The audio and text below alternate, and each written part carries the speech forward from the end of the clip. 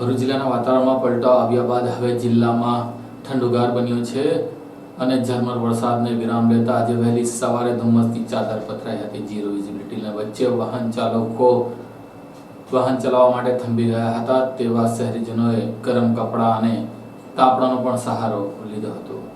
ભરૂચ શહેરમાં છેલ્લા 2 દિવસમાં વાતાવરણમાં પલટો આવ્યા બાદ હવે વાતાવરણ ઠંડુગાર બન્યું છે। ભરૂચ શહેરમાં ધુમ્મસની ચાદર પથરાઈ હોવાના વિડીયો સોશિયલ મીડિયા પર વાયરલ થઈ રહ્યા છે।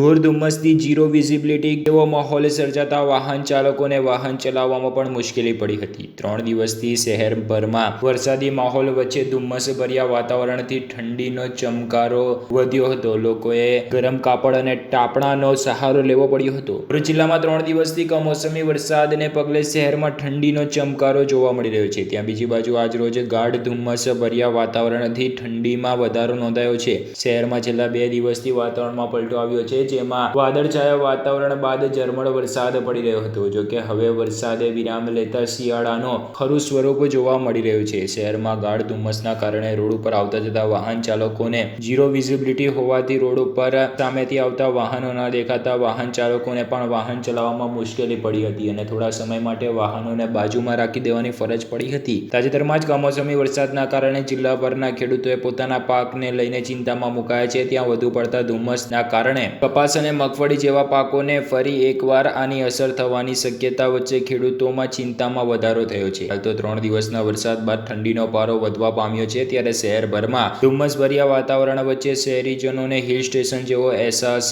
થયો હતો। જોકે ઠંડીના પ્રમાણમાં વધારો થતાં લોકોએ ગરમ કાપડ અને તાપણાનો સહારો પણ લેવો પડ્યો હતો।